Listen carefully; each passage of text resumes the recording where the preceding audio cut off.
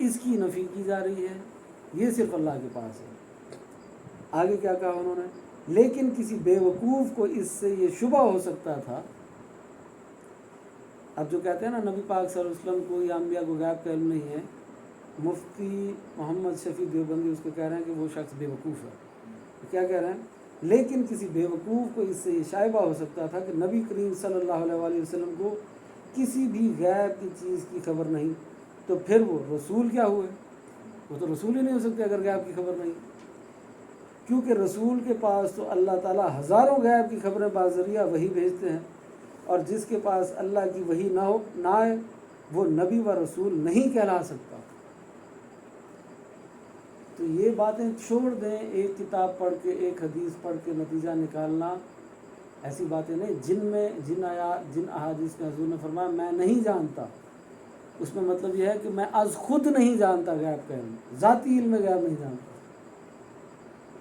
تو ان حدیثوں سے پڑھ کے نتیجہ ایسے نہیں کرتے، یہ آیات ہیں، واضح آیات ہیں، احادیث ہیں، پوری امت کے علماء کا اس پہ اجماع ہے، کوئی نہیں ہے ایک بھی۔ ان کا ہم آپ کو 100 دکھا دیں گے، وہ جو 100 دکھا دیں گے میں نے عرض کیا وہ جس پر بحث کر رہے ہیں وہ بحث ہوگی، ٹھیک ہے نا؟ علم غیب کی نفی کوئی نہیں کر سکتا۔ آگے کون سی ہے جی؟ آگے بھی بہت ہیں، تفسیر ہے سید نعیم الدین مراد آبادی کی، احمد رضا بریلوی کی بھی ہے اس میں بحث، تفسیر ہے، اور بھی بہت ہیں۔ اب اس میں حدیث پڑھتے ہیں، امام ترمذی روایت کرتے ہیں کہ حضرت معاذ بن جبل رضی اللہ عنہ بیان کرتے ہیں کہ ایک دن رسول صلی اللہ علیہ وسلم نے صبح کی نماز میں آنے کے لیے دیر کی، حتیٰ کہ قریب تھا کہ ہم سورج کو دیکھ لیتے۔ پھر رسول صلی اللہ علیہ وسلم جلدی سے آئے اور نماز کی اقامت کہی گئی۔ رسول صلی اللہ علیہ وسلم نے مختصر نماز پڑھائی، پھر آپ نے سلام پھیر کر آواز بلند ہم سے فرمایا جس طرح اپنی صفوں میں بیٹھے رہو۔ پھر ہماری طرف مڑے اور فرمایا میں اب تم کو یہ بیان کروں گا کہ مجھے صبح کی نماز میں آنے سے کیوں دیر ہوئی۔ میں رات کو اٹھا اور وضو کر کے میں نے اتنی رکعت نماز پڑھی جتنی میرے لیے مقدر کی گئی تھی، پھر مجھے نماز میں اونگ آ گئی، پھر مجھے گہری نیند آ گئی۔ اچانک میں نے اچھی صورت میں اپنے رب تبارک و تعالیٰ کو دیکھا۔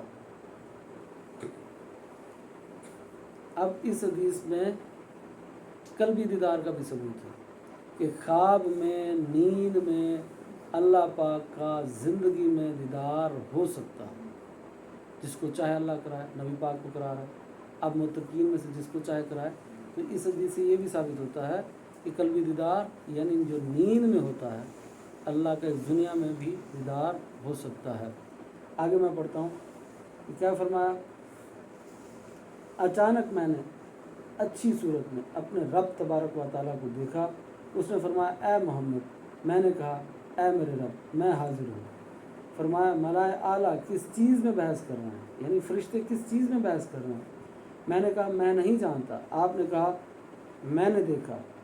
آپ نے کہا میں نے دیکھا کہ اللہ تعالیٰ نے اپنا ہاتھ میرے دونوں کندھوں کے درمیان رکھا اور اس کے پوروں کی ٹھنڈک میں نے اپنے سینے میں محسوس کی، پھر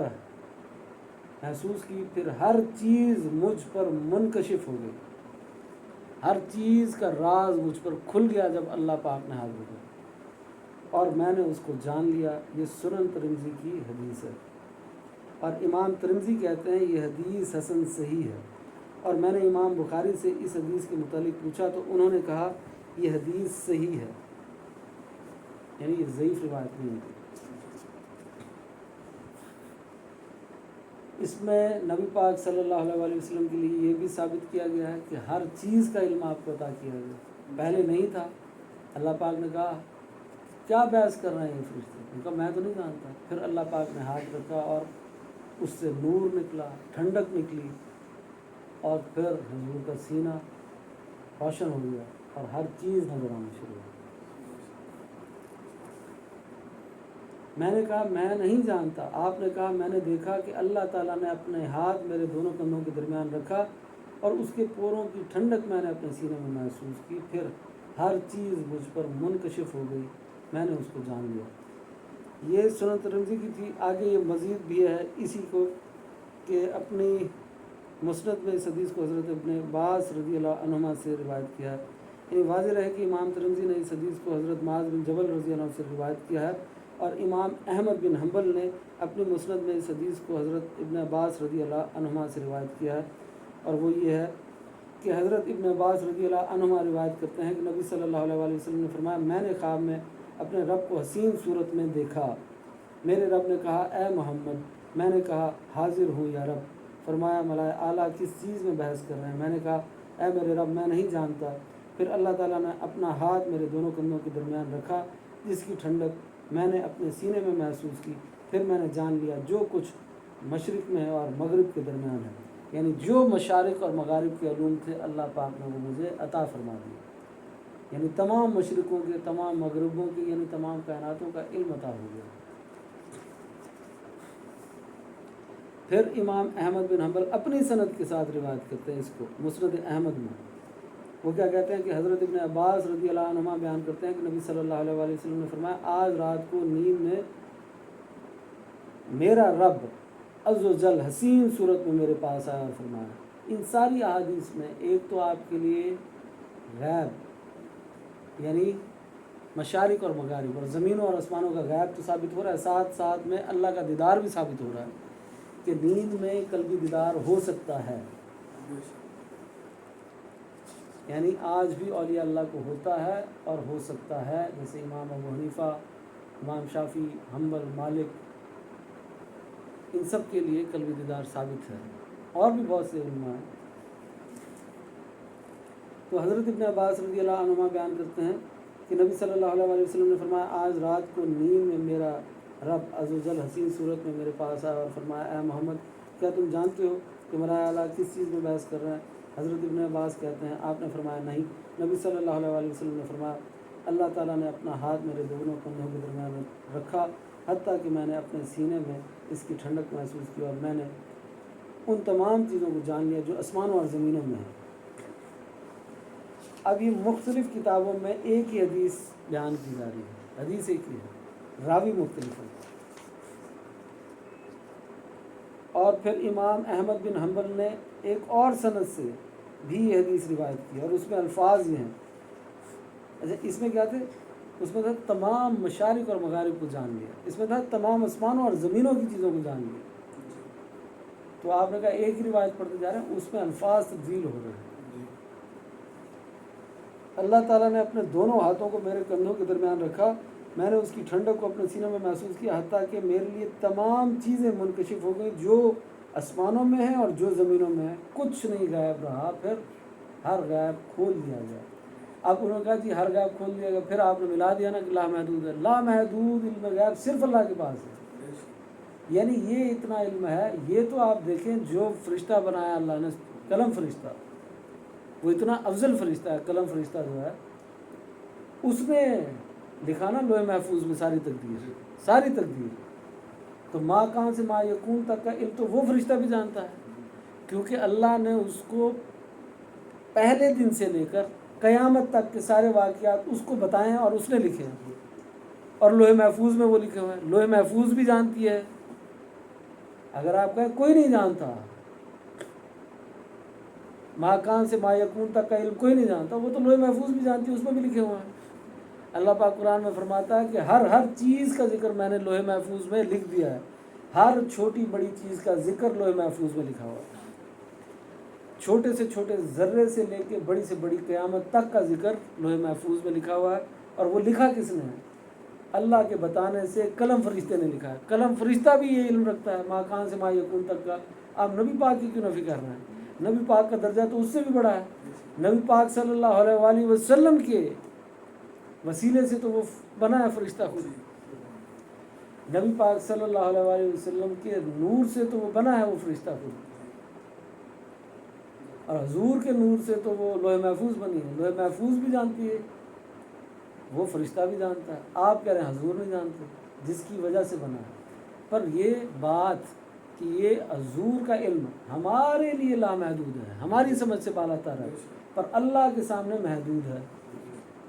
یعنی جیسے اللہ کا لامحدود ہے ویسے حضور کا لامحدود مانا تو یہ شرک ہو جائے گا. یہ بات نہیں کر سکتا کوئی. اسی پر ساری بحث ہوتی ہے کہ جب یہ بات کرتے کرتے اتنا بڑھا دیتے ہیں کہ جتنا اللہ کے پاس ہے وہ سارا ہے. یہ بات غلط ہے، یہ بات نہیں ہے. بہرحال پھر اتنا گھٹا دیتے تھے کہ کچھ بھی نہیں ہے، یوں بھی نہیں، پھر غیب بھی ہے اور کچھ بھی نہیں. یہ کیا بات ہوئی؟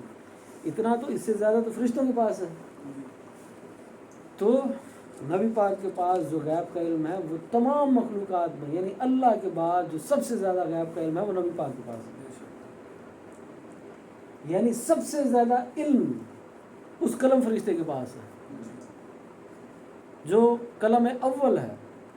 آیات میں اس کا ذکر آتا ہے، احادیث میں اس کا ذکر آتا ہے.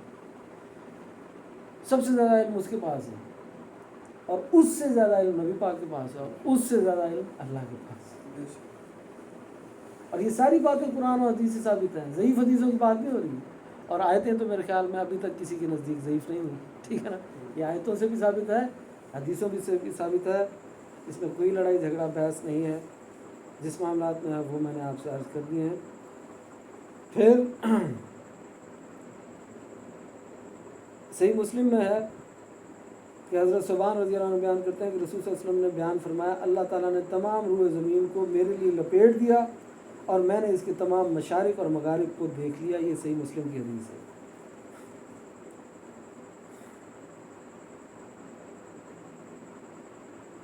ایسے ہلیت الاولیاء کے اندر ایک حدیث ہے، اور کنز الامال میں حدیث ہے کہ حضرت انس اور ابن عمر رضی اللہ عنہما بیان کرتے ہیں کہ رسول صلی اللہ علیہ وسلم نے فرمایا، بے شک اللہ عز و جل نے دنیا کو میرے لیے اٹھا لیا اور میں دنیا کی طرف اور قیامت تک دنیا میں جو کچھ ہونے والا ہے اس کو اس طرح دیکھ رہا ہوں جیسے اپنے ان ہاتھوں کی ہتھیلیوں کو دیکھ رہا ہوں جو اللہ عز و جل کے حکم سے روشن ہے.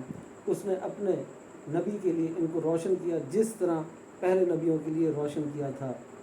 اب یہاں پہ انہوں نے لکھا ہے کہ حافظ الہاشمی نے کہا ہے کہ اس حدیث کے راویوں کی توثیق کی گئی ہے. اس میں سعید بن سنان جو راوی ہے وہ ضعیف راوی ہے. بہرحال ضعیف روایت سے کیا نہیں ثابت ہو سکتا؟ ضعیف روایت سے فرض نہیں ثابت ہو سکتا، واجب نہیں ثابت ہو سکتا، حرام نہیں ثابت ہو سکتا. پر ضعیف روایت سے آنے والے وقت کی پیشن گوئی ثابت ہو سکتی ہے. ضعیف روایت سے کوئی غیب کی خبر ثابت ہو سکتی ہے، اور ضعیف روایت سے فضیلت بھی ثابت ہو سکتی ہے، اور اس میں فضیلت ثابت کی جا رہی ہے. تو ضعیف حدیث سے فضیلت ثابت کی جا سکتی ہے.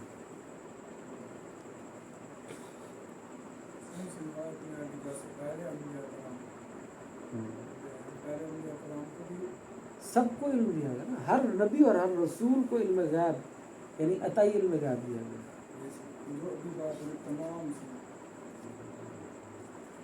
حضرت میں اس کا جواب کرتا ہوں کہ ما کان و ما یکون کے علم کے ثبوت میں احادیث.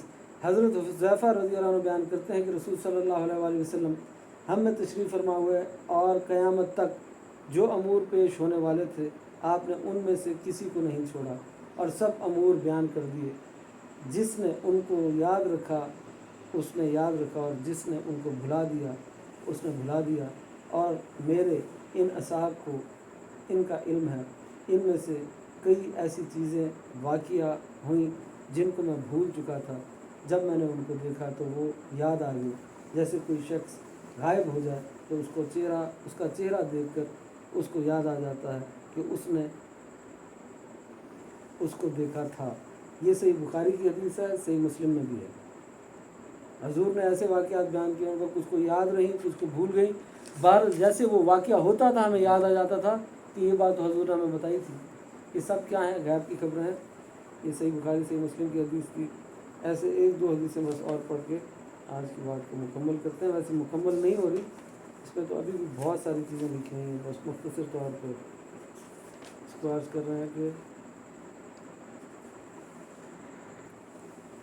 ایسے علامہ ابن جریر طبری لکھتے ہیں کہ اولین اور آخرین کی خبروں اور ما کان و ما یکون میں سے جو کچھ آپ نہیں جانتے تھے وہ سب اللہ تعالیٰ نے آپ کو بتا دیا. یہ جامع البیان میں انہوں نے لکھا ہے. اور صفحہ نمبر 373 پر لکھا ہے۔ اور قاضی ایاز لکھتے ہیں کہ آسمانوں اور زمینوں کی نشانیاں، اس کو رہنے دیتے ہیں، یہ آگے پڑھتے ہیں کیونکہ یہ کافی بڑی ہے، مختصر کرنا ہے ہم نے اس کو۔ ملا علی قاری لکھتے ہیں کہ رسول صلی اللہ علیہ وآلہ وسلم کا علم کلیات اور جزیات کو محیط ہے۔ نیز ملا علی قاری فرماتے ہیں کہ لوح و قلم علوم نبی صلی اللہ علیہ وآلہ وسلم سے ایک ٹکڑا اس لیے ہے کہ حضور کے علم انواع ہیں، کلیات، جزیات، حقائق، دقائق، عوارف اور معارف کے ذات و صفات الہی سے متعلق ہے، اور لوح و قلم کا علم تو حضور کے مکتوب علم سے ایک سطر ہے۔ لوح و قلم کا علم یعنی جو لوحوں میں علم لکھا گیا ہے، اور جو قلم کے پاس علم ہے وہ تو حضور کی ایک سطر ہے، ایک لائن کا علم ہے، اور اس کے سمندروں سے ایک نہر ہے، یعنی حضور کے جو علم کے سمندر ہیں ان میں سے ایک نہر لوح کے پاس جو علم ہے یا جو قلم کے پاس علم ہے اس کے مقابلے میں۔ اور پھر بائیں ہمارے وہ حضور کی برکت سے ہی تو ہے صلی اللہ علیہ وسلم، اور ان کے پاس جو ہے وہ بھی تو حضور کی برکت سے ہے، یعنی دیا اللہ نے ہے پر دیا حضور کے وسیلے سے ہے۔ اور حافظ ابن حجر عسقلانی لکھتے ہیں کہ نبوت کے 42ویں صفت یہ ہے، یعنی 42 صفت یہ ہے کہ ان کو ما یکون یعنی مستقبل کا علم ہو، اور 43 صفت یہ ہے کہ ان کو ما کان یعنی امور ماضیہ کا علم ہو۔ 42ویں صفت یہ ہے کہ فیوچر کا علم ہو ہر نبی کو، اور 43 صفت یہ کہ ان کو پاس کا بھی علم ہو جن کو اس سے پہلے کسی نے نہ بیان کیا ہو۔ علامہ سید محمود علوسی لکھتے ہیں کہ اللہ تعالیٰ نے اپنی صفت علم کے ساتھ تجلی کر کے حضور پر قرآن نازل کیا، جس صفت علم سے آسمانوں اور زمین کا کوئی ذرہ غائب نہیں ہے۔ یہی وجہ ہے کہ رسول صلی اللہ علیہ وسلم نے ما کان و ما یکون کو جان لیا، کیونکہ حضور اللہ کی صفت کیا ہے؟ صفت علیم ہے، اور صفت علیم میں تو ہر چیز کا ذرہ ہے، ذرے ذرے کا علم ہے نا، صفت علیم میں ہر چیز کا علم ہے۔ تو اپنی صفت علیم کی تجلی جب برسائی ہے، صفت علیم کی تجلی برسا کر قرآن نازل کیا، اس لیے میں جب تفسیر شروع کرتا ہوں تو اس میں کہتا ہوں یا اللہ اپنے صفت نور اور صفت علیم سے مدد فرما۔ تو صفت علیم میں تو ہر چیز کا ذرہ ذرہ موجود ہے۔ اللہ تعالیٰ نے اپنی صفت علم کے ساتھ تجلی کر کے حضور پر قرآن نازل کیا، جس صفت علم سے آسمانوں اور زمینوں کا کوئی ذرہ غائب نہیں ہے۔ اللہ کی صفت پہ تو کوئی شک نہیں ہے نا، وہ تو صفت علیم سے ہر چیز کو جانتا ہے۔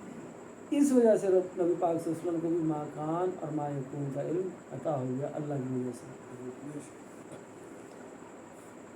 نیز علامہ علوسی لکھتے ہیں کہ رسول صلی اللہ علیہ وسلم اس وقت تک وصال نہیں ہوا جب تک کہ آپ نے ہر اس چیز کو نہیں جان لیا جس کا علم ممکن ہے۔ یہ روح المعانی میں انہوں نے لکھا ہے کہ ہر اس چیز کا، تب تک آپ پردہ نہیں فرمائے، اس دنیا سے تشریف نہیں لے کے گئے کہ جو چیزیں رہ بھی گئی تھیں ان چیزوں کا بھی علم جب تک اللہ نے عطا نہیں فرمایا آپ کو اس دنیا سے نہیں بلایا۔ تو اس طریقے سے بھی بہت باتیں ہیں اس میں۔ آپ طبیان القرآن جلد نمبر 12 میں آپ یہ ساری بات پڑھ سکتے ہیں۔ سورۃ الجن آیت نمبر 26 اور 27 کی تفسیر میں آپ اس کو پڑھ سکتے ہیں، یہ ساری چیزیں لکھی ہوئی ہیں۔ اللہ پاک اس کو سمجھنے کی توفیق عطا فرمائے، آمین۔ خلاصہ اس بات کا یہ کر دیتے ہیں کہ علم غیب ذاتی صرف اللہ کے پاس ہے، عطائی علم غیب تمام انبیاء اور رسولوں کو اللہ نے عطا فرمایا۔ کلی علم غیب اللہ کے پاس ہے، ہر چیز کا مکمل حتمی علم اللہ کے پاس ہے، جتنا حتمی علم چاہے انبیاء فرشتوں کو بھی عطا فرماتا ہے۔ اللہ اگر چاہے تو ان کو وحی کے ذریعے سے بتاتا ہے، اور اولیاء اللہ کو کشف اور احلام کے ذریعے سے بتاتا ہے۔ تو یہ سب باتیں بھی ثابت ہیں۔ اللہ اس پر عمل کرنے کی توفیق، سمجھنے کی توفیق عطا فرمائے، آمین۔